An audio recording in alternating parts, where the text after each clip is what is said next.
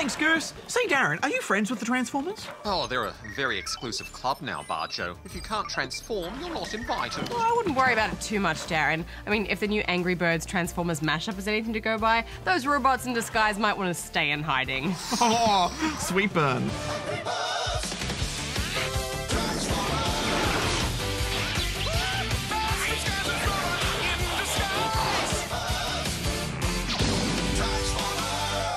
When the first Angry Birds came out in 2009, it was quickly a huge hit. And that was partly because it was a fun and smart game that was well priced for the amount of gameplay that you got out of it. Since then, there have been various Angry Birds crossovers, like Star Wars and the animated film Rio. Yeah, and when I heard they were adding a layer of Autobots and Decepticons to the birds and piggies, I thought that was a great idea. The game is free, but what I wasn't expecting was such a big push towards microtransactions. Now, I'm a big fan of Optimus Prime and the gang. And I think the developers are too, as there's lots of fun animations and jokes that I think Transformers fans will get a kick out of. But that excitement quickly wore off when I saw how much waiting you have to do in between all of the levels unless you want to spend real-life money on the game. Well, we should talk about those levels, Bajo. No longer do you fling your birds across the screen to destroy those pesky piggy constructions. Now your auto bird runs and shoots their way through each environment, much like a side-scrolling shooter. Your enemies are the Deceptihogs.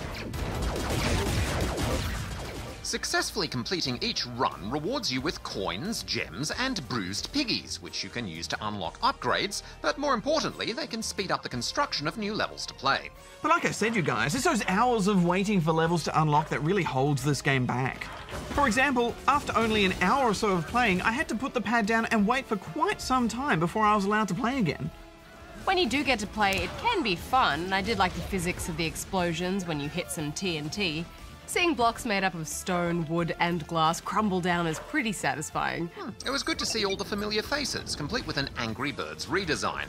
Bumblebee, Soundwave, and Heatwave are all fun, but while they do move a little differently, they don't really have any individual personality or gameplay styles. This just reeks of a cash-in to me, you guys, and the worst part is you don't actually have to use your brain, it's just mindless tapping, so I'm giving it 4 out of 10. Yeah, this feels a little bit like a bad game in disguise, Bajo. It may look shiny and smooth, but underneath it's just not fun and it pushes you to spend money. I'm giving it 3 rubber chickens. At least the game does have some pretty good sound effects.